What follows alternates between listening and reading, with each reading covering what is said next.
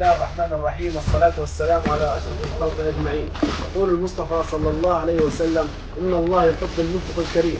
في هذه الأيام المباركة من هذا الشهر الفضيل، شهر رمضان المبارك، أعاده الله علينا وعليكم بالخير واليمن والبركات في هذا اليوم 15 من شهر رمضان لعام 1447 هجري، بفضل الله تعالى وفضل تبرعاتكم الكريمة عبر مؤسسة الفتح فاونديشن بالشراكة مع مؤسسة الكهف التعليمية.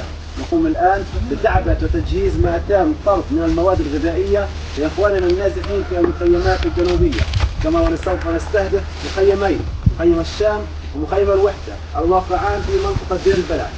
كل الاحترام والتقدير لمؤسسة الفتح فاونديشن وشريكه مؤسسة الكهف التعليمية، جزيل الشكر والإحسان لكافة المتابعين الكرام، وبارك الله فيكم وجزاكم الله عنا خير الجزاء.